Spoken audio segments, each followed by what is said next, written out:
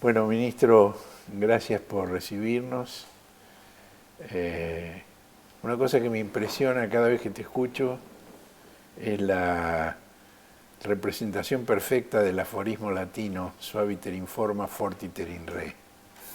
Tenés la virtud de decir cosas tremendas con un tono muy calmo. Yo voy a tratar de hacer lo mismo en esta entrevista. Ayer a la mañana estaba leyendo un artículo de Carmen Reinhardt y de Kenneth Rogoff, que más allá de errores gruesos que cometieron, son los que han estudiado 8 siglos de default en un libro de consulta obligada. Y Rogoff y Reinhardt dicen que en este momento los países que tienen necesidades por la pandemia, es absurdo que estén negociando pagos de deuda, que los pagos de deuda tienen que ser absolutamente suspendidos hasta que termine esta situación de emergencia, porque necesitan los recursos para otra cosa. Y por la tarde te escuché fundamentar la oferta a los bonistas de la Argentina. ¿Cómo compatibilizás esa afirmación tan categórica de Rogoff y Reinhardt con la propuesta que ustedes hicieron el jueves? Bueno, gracias por las palabras, Horacio. Y a ver, aquí hay dos cuestiones. Una es el coronavirus, que afecta a todo el mundo.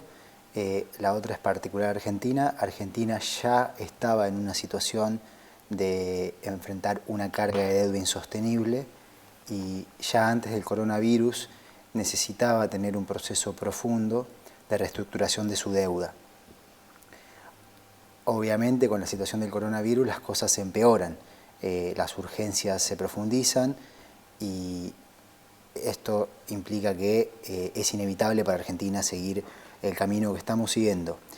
En cuanto a lo que plantean Reinhardt y Rogoff, bueno, está claro, hoy el mundo necesita destinar recursos a políticas públicas orientadas a lidiar con los desafíos sin precedentes que genera esta pandemia.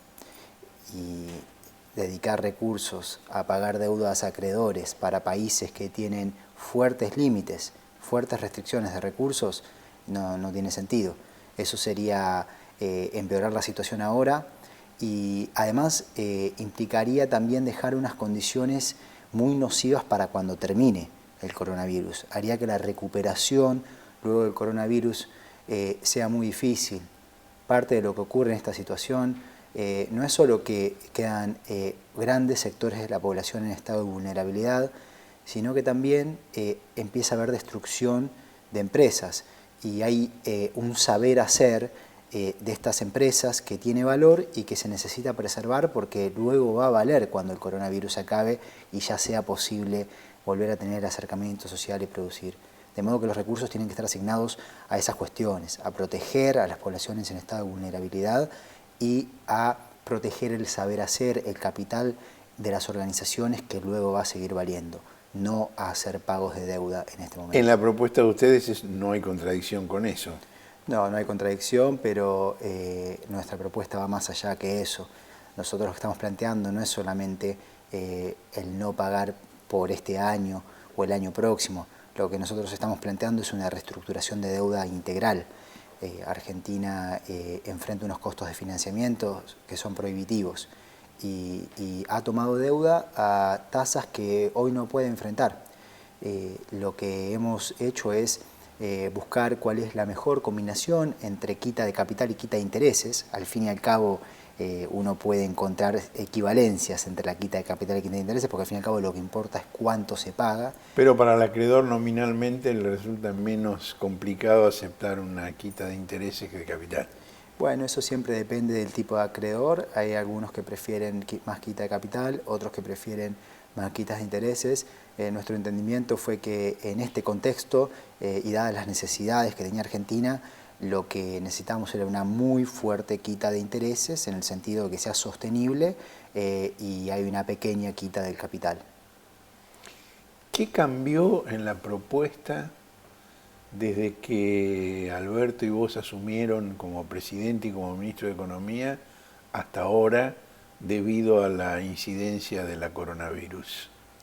Bueno, el coronavirus afecta fundamentalmente a la situación en el 2020 y luego, obviamente, que tiene implicancias para el 2021 y lo que sigue.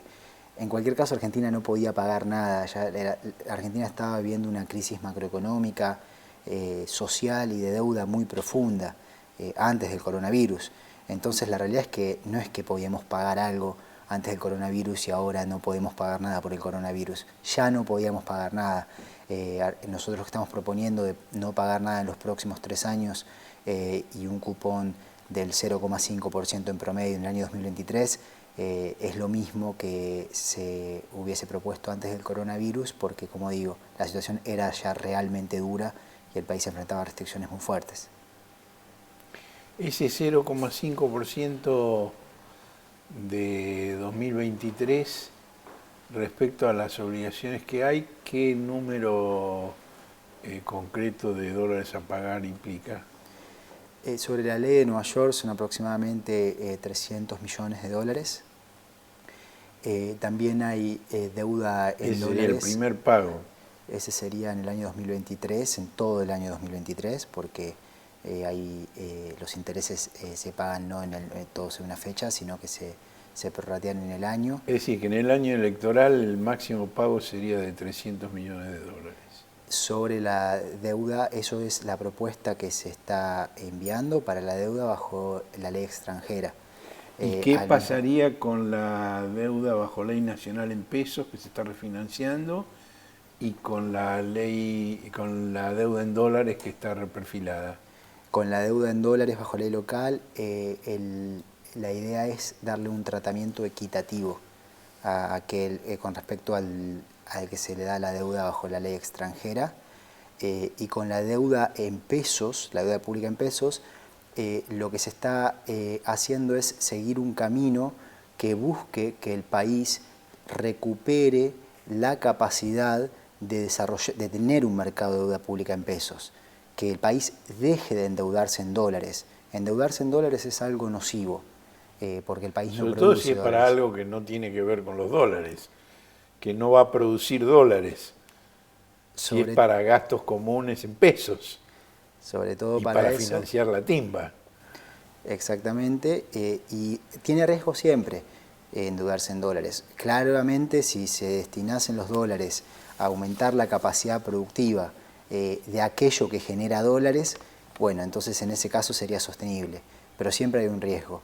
Lo saludable es que los países tomen deuda en su propia moneda. Hoy lo vemos con los países vecinos que también sufren el coronavirus y no están teniendo problemas de deuda externa. Los que tienen problemas de deuda externa son los que se endeudaron en dólares. Hoy en la región le pasa a Ecuador, a nosotros que ya nos pasaba antes del coronavirus. Pero esta cuestión de la deuda pública en pesos es además parte de una cuestión más integral que nosotros estamos apuntando a cambiar. En Argentina hay un problema con la forma en que opera el sistema financiero y el sistema bancario. Se dio una situación anómala en el año 2002, que es que se crearon las LEBACs, las letras del Banco Central, porque no había en un contexto de default la posibilidad de intervenir vía la deuda del Tesoro. ¿Qué pasó? Bueno, en los últimos 4 años lo que se ha dado es una profundización notable de un esquema en el cual los ahorros de la gente, los depósitos de la gente que deberían en un mundo normal ser canalizados a la inversión productiva, en lugar de eso los bancos se lo prestan al Banco Central y luego el Banco Central termina emitiendo para pagar intereses altísimos, hoy en día son las LELIQs, para pagar intereses altísimos sobre esas letras. Entonces no se cumple el objetivo de que los bancos canalicen el ahorro en inversión. Ahora, el desarme de las LELIQs que intentó el Banco Central en las últimas semanas tenía justamente el objetivo de que los bancos prestaran a las empresas para la inversión. Y lo que creció exponencialmente fue el contado con liqui. Ahí hay un problema serio con los bancos, ¿no? Bueno, ahí hay dos cuestiones distintas. Primero que es que esto hay que hacerlo, esto es un proceso, no es una cosa que se hace en un día, es un proceso. Y es un proceso que Argentina tiene que transitar. Tiene que recuperar condiciones para que la función de nuestro sistema financiero sea canalizar el ahorro en inversión, ya sea inversión pública o inversión privada productiva. Eso es un proceso. Segundo, lo que hoy ocurre o que venía ocurriendo es que se considera la deuda del Tesoro como riesgosa y por lo tanto se hace difícil que aquella liquidez que el Banco Central no absorbe luego termine yendo a la deuda del Tesoro que pueda ser utilizada para financiar políticas públicas. Entonces hay que recuperar este mercado, que es el mercado de deuda pública del Tesoro, en pesos, y eso también es un proceso. Ahora, y lo del contado con liquidación, ahí no es que los bancos operen por el contado con liquidación. No, son sus clientes, claro. No operan por el contado con liquidación. Y la forma justamente de lidiar con eso es tener activos en moneda local que tengan un rendimiento que cuando uno lo ajusta por riesgo, haga que tengan más incentivos a ir a esos activos que ir al contado por liquidación. Porque, ¿qué sucede? En este momento esos activos no están disponibles. No, pero los tenemos que desarrollar. Si caemos en la excusa de que hay que, por miedo al contado con liquidación, hay que no avanzar con reformas que son necesarias para cambiar la estructura económica argentina, entonces no vamos a nunca sentar condiciones para un desarrollo. No, yo por el contrario saludable. creo que este es el momento de abordar cambios de fondo. Una cosa que me preocupa es que, digamos, esta renegociación de la deuda en pesos implica una relación muy estrecha con bancos y mercados argentinos, con el BIMA. Lo cual implica hablar con Alaria, lo cual implica hablar con Nicky Caputo, que fue hasta hace pocos meses vicepresidente de BIMA. Y yo me pregunto si no hay un cierto grado de ingenuidad en pensar que uno puede llevarse bien con semejantes tiburones. Aquí no es una cuestión de llevarse bien o mal. Aquí hay una realidad que es que ese mercado es un mercado que ya sufrió, digamos, la deuda pública en pesos ya sufrió fuertes pérdidas, hubo una devaluación muy fuerte y eso junto al cepo hace que ya haya habido un tratamiento que ha sido duro para esa deuda. Y aquí es cuestión de desarrollar ese mercado porque Argentina lo necesita, más allá de quiénes sean los nombres. Y además esto no es que es un solo grupo. Lo que se apunta es a que haya demanda por algo que necesita Argentina como fuente de financiamiento en su moneda, que sea una demanda más amplia, y eso es un proceso que hay que transitar. ¿Qué posibilidad, conveniencia, necesidad hay en este momento de abordar temas de fondo del sistema financiero como la reforma de la Ley de Entidades Financieras de 1977, para poder enfrentar desde el Estado con mucha mayor autoridad la relación compleja con los bancos que no han sido realmente colaboradores en los momentos más difíciles para la economía argentina? Estamos en un momento en que toca hacer y necesitamos hacer un número importante de reformas y ese es el camino que estamos emprendiendo. Los detalles, eso se irán anunciando en cuanto a las formas y el cómo, pero efectivamente nosotros apuntamos a tener un sistema financiero que funcione distinto, con bancos que tengan otras reglas de juego, con condiciones monetarias, financieras distintas a las que hoy enfrenta Argentina. Esta cuestión que se viene dando, que hablábamos de las LELIQs, en el cual la tasa de política monetaria está tan arriba de lo que paga el Tesoro y los bancos tienen este negocio que básicamente es favorecer la especulación, eso es algo que tiene que cambiar y que nosotros estamos trabajando en cambiarlo. ¿Y eso con la Carta Orgánica reformada en el año 13 o 12 del Banco Central basta o requiere tocar también la Ley de Entidades Financieras? Bueno, no, esos detalles con el cuidado del caso y en los momentos oportunos se van a ir anunciando. Yo siempre digo que cuando tomamos medidas que son medidas que requieren de otorgar certidumbre, siempre las vamos comunicando por escrito, pero efectivamente nosotros, como digo, el principio básico es que tengamos un sistema financiero que los ahorros los canalice en inversión y no que use los ahorros de la gente para especular y para generar renta financiera. Bueno, esto en algunas épocas de la Argentina ocurría. Esto ocurrió durante el primer peronismo y esto ocurrió durante el último peronismo de Perón, hasta justamente esa ley de entidades financieras de Martínez de Oz del año en que yo cumplí 45. No, 35. No, me 45. parecía, no podía, tu edad. hacía la cuenta y no me... No, claro, 35. No, yo para los números, vos sos mucho mejor que yo para los números. Otro tema muy importante en el cual he visto que has tenido participación, y no puede ser de otra manera, es el tema del impuesto a las grandes fortunas que plantean los diputados Kirchner, Yasky y Heller.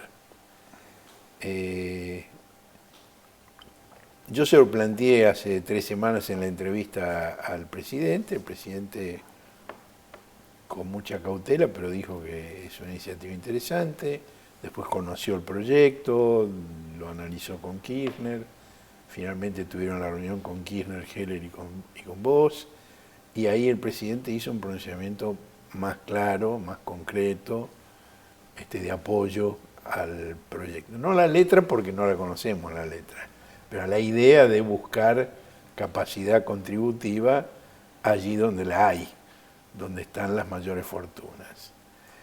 ¿Cuál es tu visión del tema? Es un proyecto que tiene nuestro apoyo, que lo hemos estado discutiendo en detalle, analizando en detalle, y corresponde. Es un impuesto de una única vez que afecta aproximadamente a 11.000 personas, 11.000 personas de una posición patrimonial que realmente es muy fuerte y, como digo, afecta a 11.000 personas en el país en un momento en el cual se necesita de tomar medidas, se necesita de recursos para financiar políticas de Estado absolutamente necesarias para lidiar con un desafío que no tiene precedentes, y es algo en lo que se va a estar avanzando en los próximos días. Dijiste 11.000 personas, ese es un corte numérico. Debe haber otro corte numérico que es la magnitud de esa fortuna. ¿Cuál es? Bueno, eso se va a ver ¿De pronto, cuánto hacia arriba? Se va a ver pronto, pero estamos hablando de millones. De millones. De millones de dólares. De millones de dólares. Sí. Es decir, esto quiere decir, lo que ya has dicho es más de 2 millones de dólares. Correcto. Porque el plural de millones es 2, pero también puede ser 15. Es correcto, tiene que ser estrictamente mayor a 1. Bueno, hablábamos antes del Fondo Monetario. Hace no mucho tiempo, Christine Lagarde decía que la deuda pública argentina era sustentable, pero no con un alto grado de probabilidad, que son esas trampas del lenguaje burocrático. Sustentable, pero no con un alto grado de probabilidad. En cambio, la actual directora gerente, Kristalina Georgieva, dice que es insostenible y que el país necesita un alivio de entre 55 y 85 mil millones de dólares en la próxima década y unos cuantos años de gracia. ¿Qué? ¿Hay un nuevo Fondo Monetario? ¿Hay una nueva Argentina? ¿Qué pasó para que en el lapso de un año se produjera este giro copernicano? Bueno, unas cuantas cosas. Pasaron cosas, como se ha dicho en algún momento. Primero que es evidente que el juicio sobre la sostenibilidad de deuda que había hecho el Fondo Monetario Internacional bajo la dirección de Christine Lagarde no carecía de sustento. Al menos esa es lo que era mi visión entonces, que no era ministro, pero la visión de mucha gente, la visión de muchos de los que hoy estamos en el gobierno y de muchos analistas. Efectivamente terminó corroborándose. La situación en Argentina empeoró, ya venía mal, empeoró no solo desde la entrada en escena del FMI, que ya venía mal y empeoró, sino que siguió empeorando. Y bueno, todos los pronósticos, en algún sentido, para decirlo de forma coloquial, volaron por el aire. ¿Qué otra cuestión se da? Bueno, se da esto de que hoy en día lo que tenemos sobre la mesa es algo anómalo, que es que en las últimas décadas, siempre que se da un proceso de reestructuración de deuda, lo que se ha observado es que el Fondo Monetario Internacional en algún sentido toma el lado de los acreedores, indicando que el país tiene que hacer más austeridad fiscal, más ajuste y que puede pagar más, etc. Nunca funciona, nunca funciona. Se viene dando algo que se conoce en la literatura con el síndrome del demasiado poco y demasiado tarde. Los países terminan haciendo las reestructuraciones tarde, logran quitas insuficientes para dar el alivio que las economías necesitan para ponerse de pie y en algún momento termina mal. Y la evidencia es abrumadora. Se sabe que en una situación de recesión hacer más ajustes solamente genera más recesión, genera más sufrimiento. Esta vez ha sido distinto. Esta vez el análisis de la sostenibilidad de deuda que ha producido el FMI se asemeja al que nosotros producimos, al que produjo la República Argentina. Y lo que dice ese análisis es que no puede haber austeridad en un contexto de recesión, que tiene que haber un camino sostenible hacia la consolidación fiscal y que no se puede pagar la deuda ahora. ¿Por qué cambió el fondo? Bueno, es un cambio. Es un cambio muy importante. Yo pienso que en este proceso. ¿Es porque quieren cobrar ellos? Bueno, es cierto que el fondo tiene. La Argentina compromete un porcentaje muy alto de los recursos prestables del fondo. No, yo pienso que lo que aquí ocurre es que primero ha habido un proceso de involucramiento fuerte con el fondo y yo creo que se ha profundizado el entendimiento mutuo en esta primera etapa, que es la etapa de la reestructuración de la deuda con los acreedores privados. Y bueno, eso ha habido 2 visitas del Fondo Monetario Internacional a Argentina. Nosotros hemos también estado trabajando con la misión en Estados Unidos, en 2 oportunidades que viajamos hacia allí, también en Italia. Ha habido mucho trabajo que ha generado que se entiendan las partes. Esto es un camino largo. Y con el Fondo Internacional es cierto que Argentina enfrenta una carga de deuda que a la que no va a poder hacer frente en los años 2021 a 2023. Y también va a ser necesario que se reprograme eso, porque simplemente no tenemos la capacidad de hacerlo. Nosotros pensamos que el Fondo en este momento entiende eso también, y el análisis de sostenibilidad de la deuda que publicaron refleja ese entendimiento, refleja el entendimiento de que no ellos se le también puede van pagar, a tener que... y que ellos no le vamos a poder pagar a ellos y que va a tener que haber una reprogramación, porque el punto es que no se puede pagarle a nadie en estos próximos años.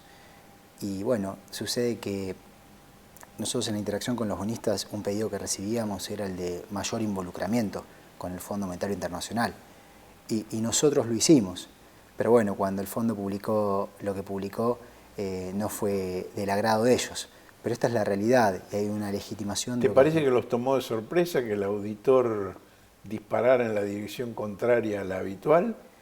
Y es posible, si uno mira la historia y lo que venía ocurriendo, esto realmente es distinto, entonces es posible que haya sido una sorpresa. ¿Esto puede tener que ver con el conflicto entre el presidente Trump y los sectores de la financiarización? Eso sería una especulación de mi parte. La realidad es que lo que nosotros hemos trabajado es en llegar a un entendimiento sobre cuál es la verdadera capacidad de pago de Argentina. Y bueno, lo que hoy se ve es que hay un reconocimiento del Fondo Monetario Internacional de que se necesita una reestructuración de deuda profunda. Otra de las cosas que he estado viendo dentro de las medidas de auxilio a los países en dificultades que contempla el Fondo Monetario es la emisión de cantidades adicionales de derechos especiales de giro. Yo estaba leyendo un poco la historia de los derechos especiales de giro y si me perdonás un porteñismo, los derechos especiales de giro son los patacones del fondo. Fueron creados en el año 69, justamente en un momento que había escasez de dólares, y entonces para agilizar el comercio internacional se creó esa moneda virtual, porque no existe físicamente, ¿no? Y se parece mucho a los patacones, ¿no? Si el fondo puede emitir sus patacones, ¿qué pasa con las provincias argentinas? ¿No pueden también emitir sus patacones para fluidificar el comercio interior y sin la posibilidad de que esa moneda se vaya al dólar? La respuesta a la segunda pregunta es no, pero ahora vamos a volver a eso, voy al primer punto.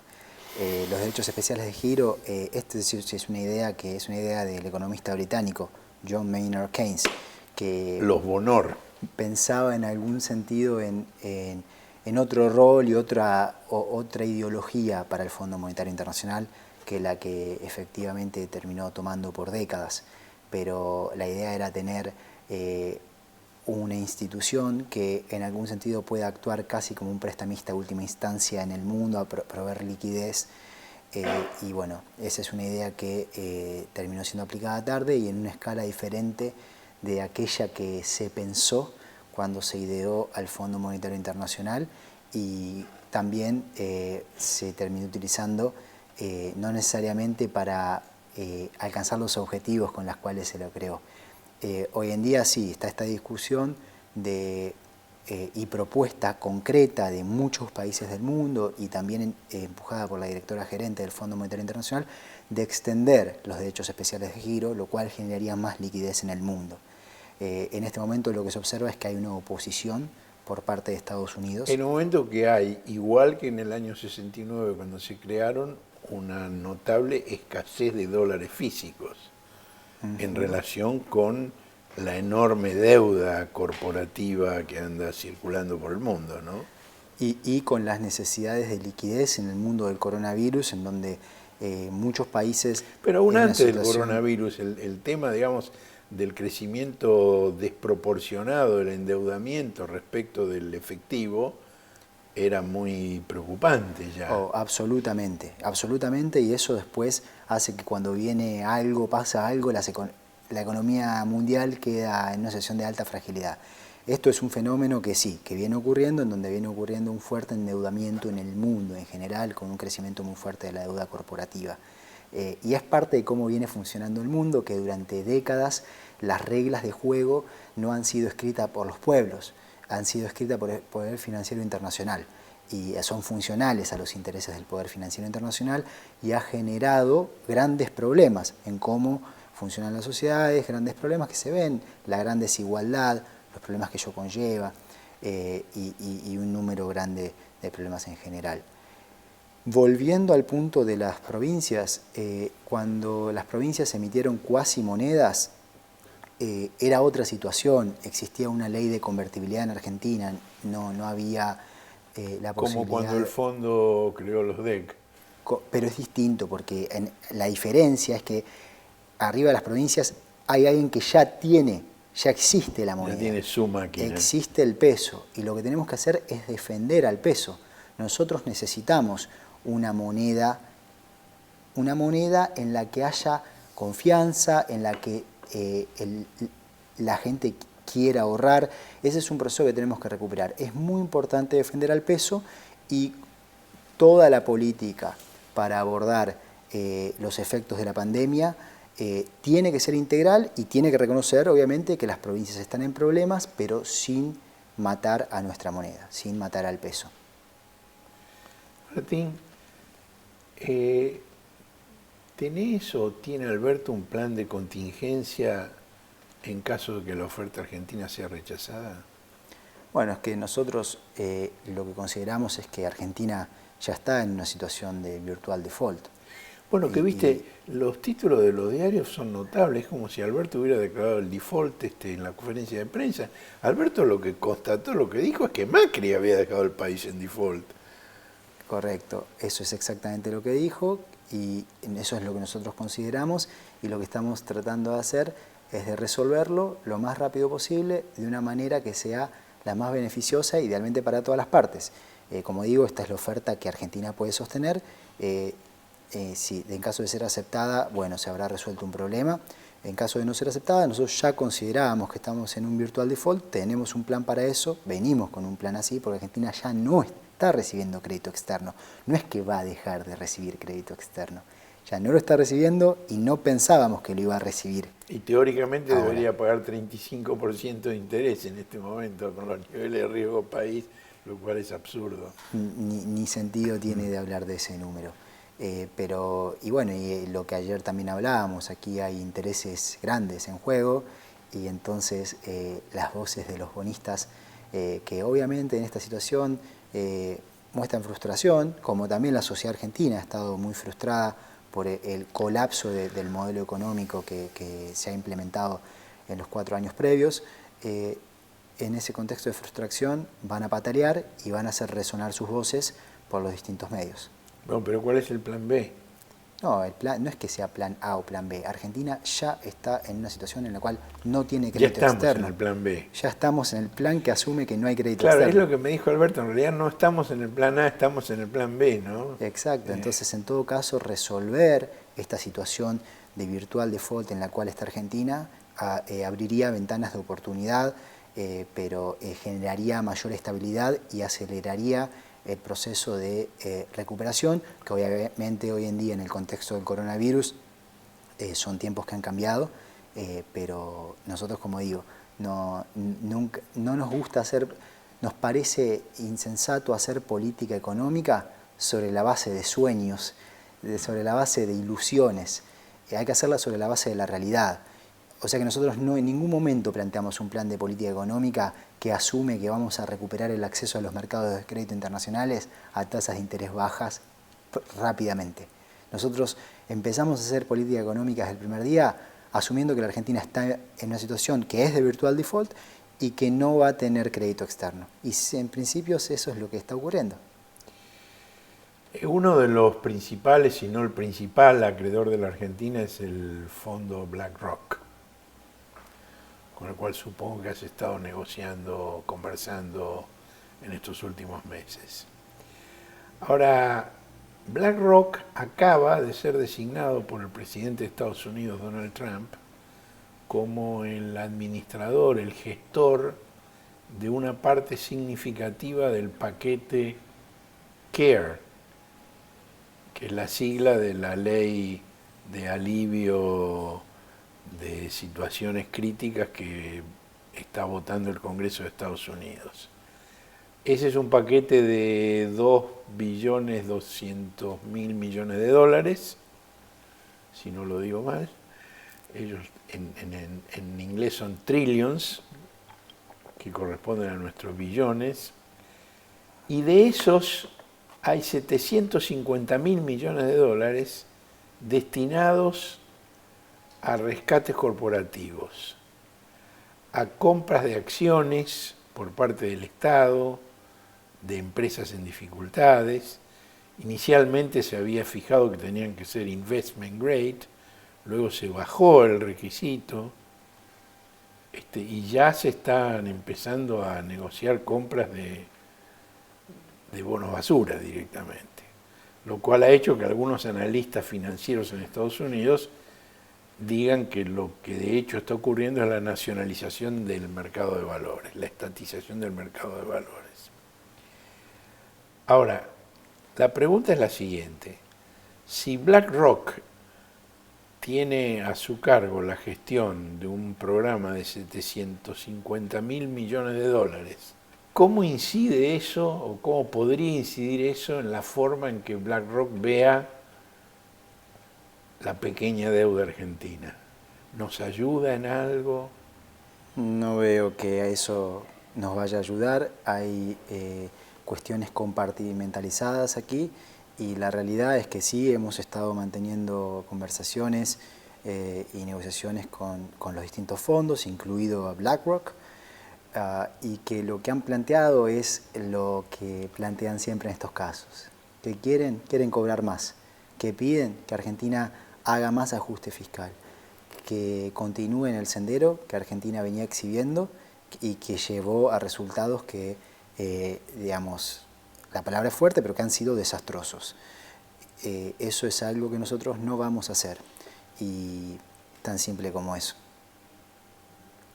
En el proyecto de la CTA que le acercó a Kirchner y que forma parte de los papeles con los que está trabajando Heller, hay un análisis muy interesante sobre el funcionamiento de las 200 mayores empresas argentinas en los años del macrismo. Y plantea, por un lado, las ganancias que tuvieron, que fueron muy grandes. Por otro lado, las inversiones que realizaron, que fueron muy pequeñas. Y por otro lado, el dinero que fugaron al exterior, que de nuevo fue muy grande. Es una radiografía simple pero muy concreta del funcionamiento de la economía argentina realmente existente, sobre todo en los años del neoliberalismo. Sobre la fuga hay muchísimas mediciones, pero no hay ningún organismo internacional que haya declarado que esos movimientos financieros, que obviamente afectan el balance de pago de los países, son delictivos. ¿Podría el Fondo Monetario avanzar por ese camino? Declararlos delictivos, Sí. pero como si fuese la justicia del mundo. Bueno, no es la justicia del mundo, pero ha sido el gran regulador, el gran auditor de la economía de Occidente, ¿no? Claro, yo creo que lo que puede hacer es declarar que son indeseables esos movimientos. Lo curioso aquí, en relación a Argentina, es que Argentina liberalizó los movimientos de capital entre las fronteras, yendo mucho más allá que lo que el propio Fondo Monetario Internacional dice que es prudente. Y bueno, la resultante es lo que describís. Es eso el país que hemos tenido y lo que ha quedado. Y lo que tiene que haber es claro que no, los movimientos, liberalizar los movimientos de capital genera problemas que resultan en una economía mucho más inestable, en una economía en la cual hay posibilidades de favorecer de forma sistemática especulaciones que van en detrimento del desarrollo de la nación y termina generando un tejido productivo mucho más débil. Entonces eso es algo que no es deseable para Argentina. Pero como digo, sí, se podría hacer más desde el punto de vista de cambiar estatutos, promover con más fuerza regulaciones, pero aquí se ha ido a un extremo que está más allá que aquello que aún en las instituciones que representan el poder financiero, que tienen fuerte representación del poder financiero internacional, se considera como prudente. ¿Hay algo más que quieras decir, Martín? Bueno, para mí es un gusto que estemos conversando aquí. Para mí también. Tenía mucho deseo de conocerte en persona, te he leído mucho. Has inspirado a millones de personas en este país, así que bueno, me da mucho gusto que tengamos esta entrevista. Bueno, yo te deseo el mejor de los éxitos en ese estilo tan particular que tenés de decir las cosas más fuertes con el tono más suave. Muchas gracias. Muchas gracias, Horacio.